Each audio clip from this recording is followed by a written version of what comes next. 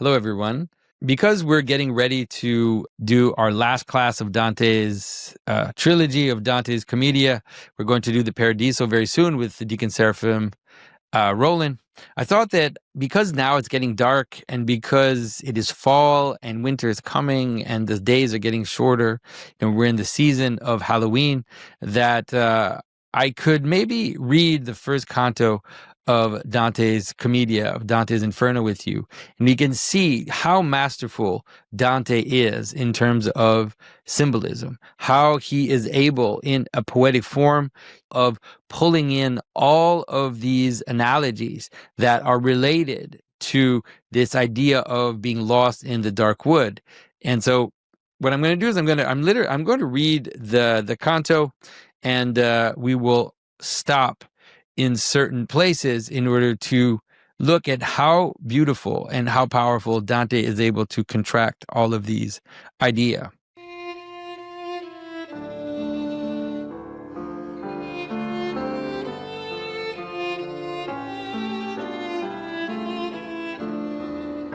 This is Jonathan Peugeot. Welcome to the Symbolic World.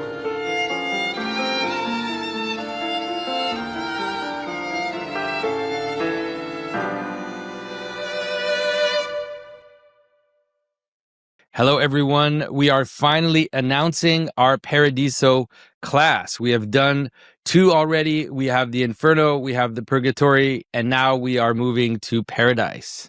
That is right. Dante himself says in Inferno that we prefer hell to paradise. And similarly, most of us prefer to read Inferno, but when we come to reading Paradiso, we're very confused. So we're going to be actually taking you through that poem line by line, like we did with Inferno and Purgatorio, and actually looking at how Dante very carefully reconciles some of the contradictory traditions about the heavens in the Christian apocalyptic tradition, and does that through the persons of the saints. And so this is truly important for us right now with the re-enchantment of the world happening. We have to be able to look at those that did it in the most powerful way, that were able to reconcile the ancient pagan traditions with Christianity, with his modern understanding, the most modern understanding of the cosmos that he had. And so this is the work that we need to do, and so we need to learn from Dante. So the course starts November 5th to December 3rd, right? Is that what I've got? 5 weeks, right. 2 to 5 on Wednesdays. So the cost is going to be $190 US, but we do have an early bird sale through the month of October, which bumps it down to $161. You can use the code Early Paradiso, and that is good through the end of October. And the Inferno and the Purgatorio class are also on sale at the same time, so you have 50% off during the month of October. Code Dante50, and that means you have no excuse. That's right. So if you haven't taken the first classes, now is the chance to scoop all that up. Yeah, and if you don't want to watch live or it doesn't work for your schedule, you'll be able to follow along at your own pace, just like with all of our courses. You'll have access to lecture recordings, slides, additional readings, and you can still ask questions and interact with your fellow classmates in our circle forums. And so join us. After all of this suffering through Inferno and Purgatorio, the symbolic world finally goes to heaven. Yeah, join us.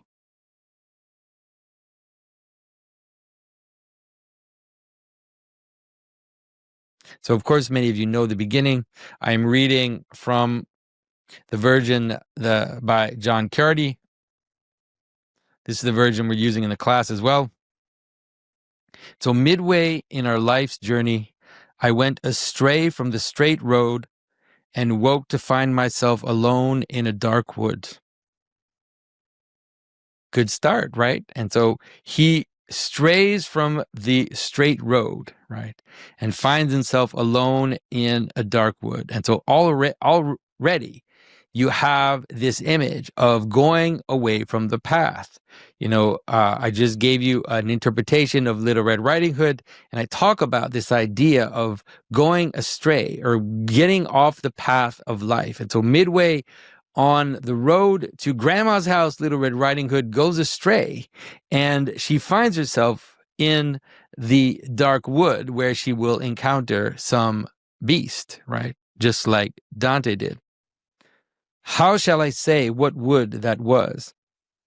I never saw so drear, so rank, so arduous a wilderness. Wilderness is important here, right? The idea of that which is outside of civilization, right? Usually when we translate the idea that the Israelites left Egypt and were in the desert, actually what it really means is more like the wilderness, right? It has more to do with the woods and that wild place, the place where, identity doesn't make sense anymore, right? The place where there is no road, there is no planning, right? It is just chaos that is out there. Its very memory gives a shape to fear. Death could scarce be more bitter than that place. But since it came to good, I will recount all that I have found revealed there by God's grace. Of course, this idea of death as bitterness is very important. It is a very, very important symbolism in the Bible. If you think, for example, of the Israelites who go into the desert and they first find bitter waters, right? They found Mara, the Mara waters, the waters that are bitter. And this bitterness, of course, has to do with a lack of fertility. It has to do with death. It has to do with something that is incapable of being assimilated, right? If something is bitter, it's not something that you can assimilate into your body. It's like poison. And so this is, of course, how we relate it to death. And of course, anybody who's read any literature is used to this imagery of talking about death as bitter. But it's important to understand that when you're reading biblical symbolism, and notice, for example, when Naomi's mother-in-law says that, because her sons have died, now she is bitter. Her name is Mara. And this is related to the bitter waters. It's related to this lack of fruitfulness, right? This moment where you're stuck, where nothing, you don't have fruit of your actions, okay? How I came to it, I cannot rightly say. So drugged and loose with sleep had I become when I first wandered there from the true way. Now look at all the images there. It's perfect, right? The idea of being inebriated, the idea of being drugged, the idea of being loose, right? Of not being girded. All this imagery in the Bible of girding yourself in order to perform a proper actions. Well, if you are loose, it means you're not focused, right? You know that because when you want to relax, you dress loose. If you want to do something particular, if you're going to, go like saw some planks of wood, you don't want bits hanging off of you. You don't want to be loose. You want to be tight in terms of your things, right? But then also this idea that he's loose with sleep. And that he has wandered, right? All of these images are perfect. He is sleep, that is this relationship between bitterness and sleep and death and wilderness. And then ultimately the idea of wandering, right? Of wandering, of not following your true way, of being distracted, right? Think again of Little Red Riding Hood on the path, going to her grandmother who is distracted and wanders off the path and finds herself in the wilderness. But at the far end of that valley of evil, whose maze had sapped my very heart with fear, I found myself before a little hill and lifted up my eyes. Its shoulders glowed already with the sweet rays of that planet whose virtue leads men straight on every road. Look at how beautiful this is. And Dante is powerful because he works in these little microcosms, right? He's already seeing the entirety of the story right there in that little paragraph. He descends into a valley, right? So add that to all the images that we've talked about: death, bitterness, sleep, going down the mountain, right? Going down into the valley, and then a maze where you don't have a straight way, where all the ways are crooked, where all the ways are confusing, and you have to wander and puzzle yourself in order to be able to find your way through. But right away he finds himself in front of a hill, and this hill is ultimately the hill of paradise itself. Of course, he describes it as a little hill, but there is this whole sense in which it is a microcosm of the whole structure. He sees the hill, and then the hill is glows with the sweet rays of the sun. So he goes down into the valley of darkness, right? The valley of death that's described by the psalmist. He can see ahead of him the Mount Zion. He can see the mountain. He can see the revelation at the top of the mountain. Of course, but he will not be able to get there right away. He'll have to take a detour in order to kind of replay this little bit of a moment in an entire kind of cosmic scope. And the shining strengthened me against the fright whose agony had racked the lake of my heart through all the terrors of that piteous night, right? Look at how beautiful this is, the lake of my heart, right? And so this idea that now his heart has become this lower waters, right? His heart has, we see it say that, right? My heart sank, my heart went down into the bitterness, into the bitter water that are at the bottom of the world. And this is, of course, related to being afraid, to the terror, and of course to that night, right? The night that is contrasted to the hill on which the sun is shining at the top.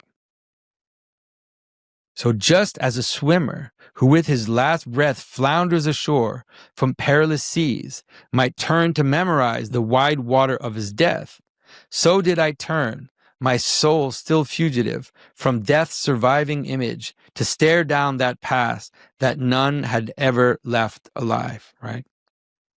So he describes himself now as drowning, right? He's in the waters. He is reaching his last breath. He realizes that no one has gone through this alive. No one has gone through the waters, right? He is at the end of a world, and he sees the flood in front of him. That flood is the Red Sea that the Israelites crossed. That flood is, of course, the flood of Noah, and he sees it as the wide water of his death, right? As this image of death and water and all the things that we've already mentioned. And there I lay to rest from my heart's race till calm and breath returned to me. Then rose and pushed up that dead slope at such a pace. Each footfall rose above the last, and lo, almost at the beginning of the rise, I faced the spotted leopard, all tremor and flow and gaudy pelt. So he falls down, right? So he dies, right? He sleeps. He goes down horizontal, which in all the Bible is an image of this death or this little death. And then he finds the courage, right? He resurrects. He lifts himself up and he wants to go up the hill. He's willing to go up the hill, but he can't. He finds an obstacle, which is stopping him from getting back, right? There is a animal there. There is a beast there. Of course, that beast is all of the beasts that you encounter before the going up the hill, right? It is, of course, the Sphinx of Oedipus. It is the ogre that is on the bridge, the gargoyle, and of course it is also the wolf in Little Red Riding Hood. That is an obstacle to Little Red Riding Hood reaching her grandmother's house and accomplishing her purpose, getting to home, getting to safety. All right, so he talks about the leopard. And it would not pass, but stood so blocking my very turn that time and again I was on the verge of turning back to the wood. This fell as the first widening of the dawn, as the sun was climbing Aries with those stars that rode with him to light the new creation, right? So he is standing in front of a new beginning, right? He is watching the sun rise. He's watching a new creation that he can see it, right? But there's something blocking him. There are these guardians, these animals, these gargoyles. Thus the holy hour and the sweet season of commemoration did much to arm my fear of that bright murderous beast with their good omen. So of course, he is, if you don't know this, like this is happening, of course, also on Holy Friday. That is, this experience that he is having is also related to the crucifixion of Christ. And so he is there on Holy Friday at the day of the death of Christ, and he is encountering, of course, his own death and he can see, of course, the resurrection ahead of him in terms of Easter, right? In terms of the liturgical calendar, but he can also see a new beginning for him after having gone through this difficult time. But there are obstacles along the way, right? So you can see how powerful. I mean, imagine now all of the layers that Dante has already put into this poem. Yet not so much, but what I shook with dread at sight of a great lion that broke upon me, raging with hunger, its enormous head, held high as if to strike a mortal terror into the very air, and down his track a she-wolf drove upon me, a starved horror, ravening and wasted beyond all belief. She seemed a rack for avarice, gaunt and craving. Oh, many the souls she has brought to endless grief. She brought such heaviness upon my spirit at sight of her savagery and desperation, I died from every hope of that high summit.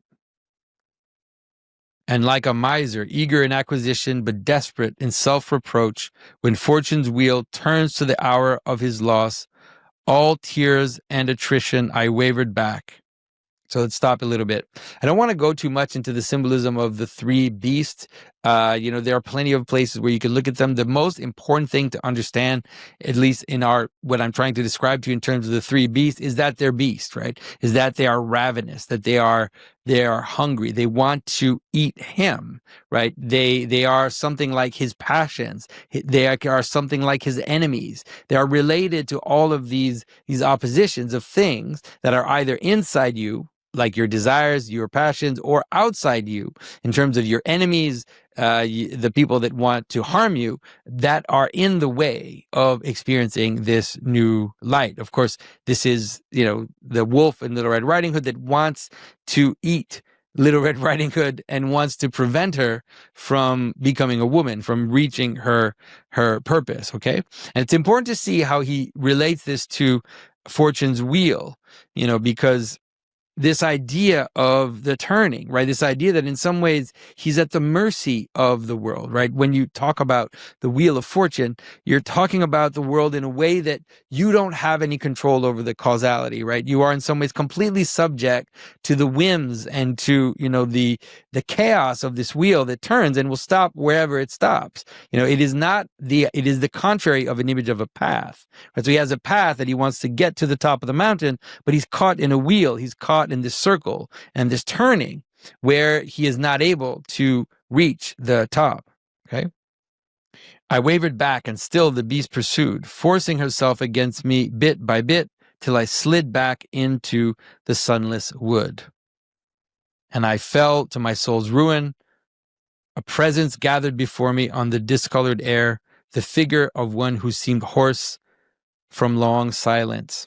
Right, so he backs down. He basically returns back to the darkness. You can see the image, right? You can almost see him like going back into the water, right? Kind of sinking back into the mire, sinking back into the pond, and seeing the beasts that are preventing him from going up the hill and reaching the new beginning, reaching the sunlight. And so what happens is that you could say, there is another type of intermediary figure that appears, right? So you can imagine that intermediary figures have different functions. Some intermediary figures are obstacles, and some intermediary figures are help. And so Dante will encounter this intermediary figure.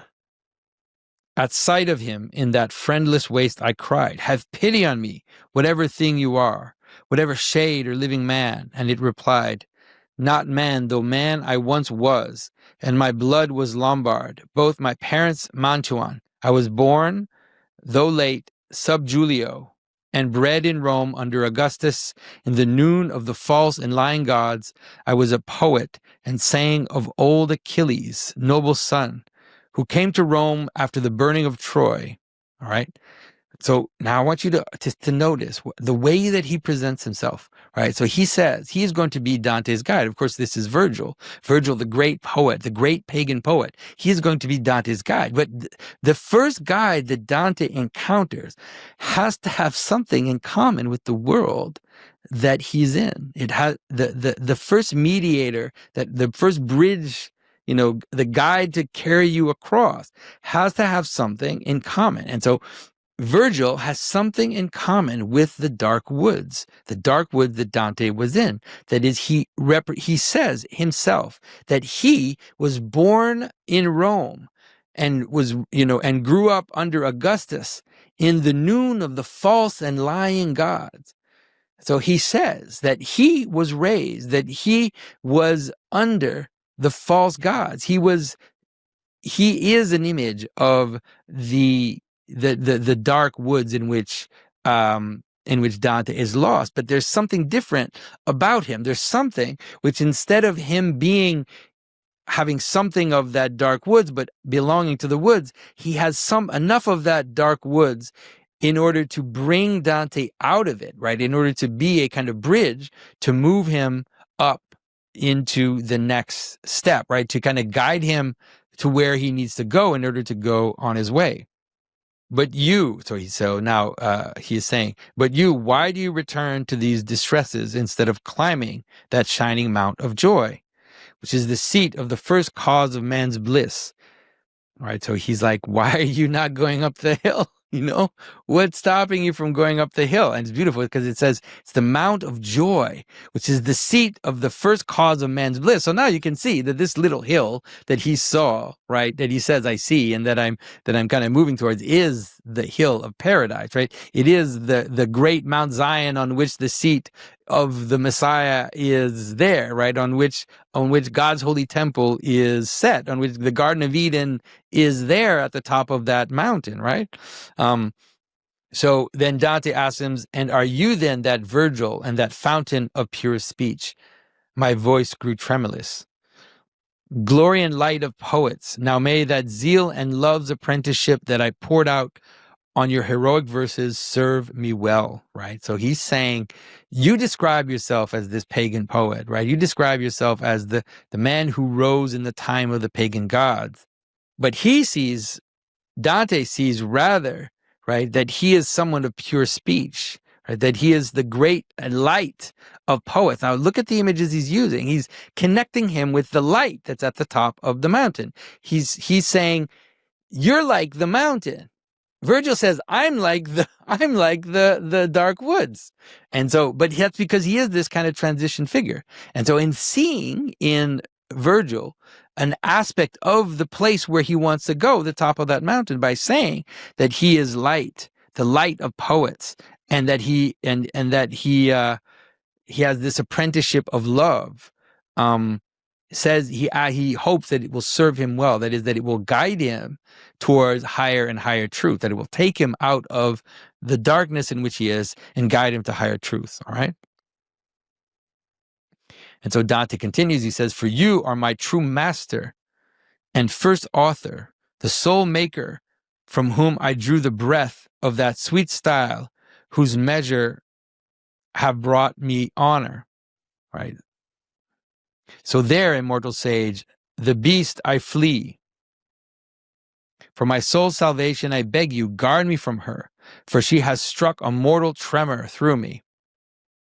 And he replied, seeing my soul in tears, he must go by another way who would escape this wilderness, for that mad beast that fleers before you there suffers no man to pass. She tracks down all, kills all, and knows no glut, but feeding she grows hungrier than she was. She mates with any beast, and will mate with more before the greyhound comes to hunt her down. Right, so, there are some political commentary here, but look at what he's also saying. He's attributing to this wolf the hunger of devouring, but also this kind of mixture, right? This chaos, like a wolf that mates with all kinds of beasts is, of course, impossible. So there's an imagery of kind of transgression and hybridity in the image of the beast. And so that's why Virgil says, like, you can't go this way. This sphinx is too powerful, right? This beast is too strong. You have to go around, right? You kind of have to go around. He will not feed on lands nor loot. He's talking about the greyhound. but honor and love and wisdom will make straight his way, right? So even without knowing who the greyhound is, notice what he's saying, right? He's using that imagery of straightness compared to circularity, to light, right, instead of darkness. He will rise between Feltro and Feltro, and in him shall be the resurrection and new day, right? So these are political, you can look them up if you want to, but notice what he's saying, right? He's using the imagery of the resurrection, the imagery of the sun coming back, the imagery of light. And that sad Italy for which Nisus died, and Turnus and Aurelius and the maid Camilla, he shall hunt her through every nation of sick pride till she is driven back forever to hell, whence envy first released her on the world. Therefore, for your own good, I think it well you follow me, and I will be your guide and lead you forth through an eternal place. There you shall see the ancient spirits tried in endless pain, and hear their lamentation as each bemoans the second death of souls. Next you shall see upon a burning mountain souls in fire, and yet content in fire, knowing that whensoever it may be, they will mount into the blessed choir.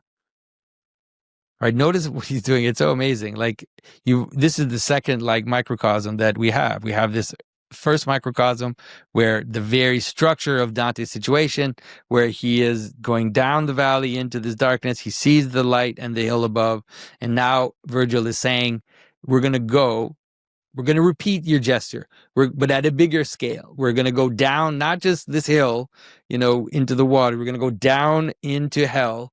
And then you're going to go up the mountain of purgatory, which is what he's describing of the idea of souls in fire, but content in fire. And then ultimately you're going to go up into heaven, right? So this idea that in some ways it's a detour is true, but it's also, he's repeating the same thing that he just told you. And so there's this beautiful microcosm. It's so interesting because it's such a different sense of how to tell the story. In modern storytelling, we like surprises. We like to trick our readers so that they don't know what's going to happen and kind of surprise them with different twists and turns. But here he basically tells the whole story right at the beginning. He's like, this is what we're going to do, and you're going to follow me along on this trip. So then he talks about they will mount into the blessed choir. So he means that those people that are in purgatory, that are going up the mountain but still suffering, will ultimately reach the top and will enter into the choir. To which, if it is still your wish to climb, and a worthier spirit shall be sent to guide you. With her shall I leave you, for the King of time, who reigns on high, forbids me to come there, since living I rebelled against the law. He rules the waters and the land and air, and there holds court, his city and his throne. Right, so he's saying at the top of this hill is the heavenly Jerusalem. Right, it's the eschaton is there at the top of the hill, and because I am. He's now, again, notice what he's saying. He is relating himself to the darkness. He's saying, because I am from the darkness, I can't go there, but because Dante sees in him light, then he will go away, with him. He will be his guide to bring him closer to the paradise. And the imagery is very beautiful because it's like a court, a city, a throne, all of these images, a choir, all of these images of order, right, of the heavenly Jerusalem, of the order that comes from heaven, etc. Poet, by that God to you unknown, lead me this way, beyond the present ill and worst to dread. Lead me to Peter's gate, and be my guide through the sad halls of hell. And he then follow. And he moved ahead in silence, and I followed where he led.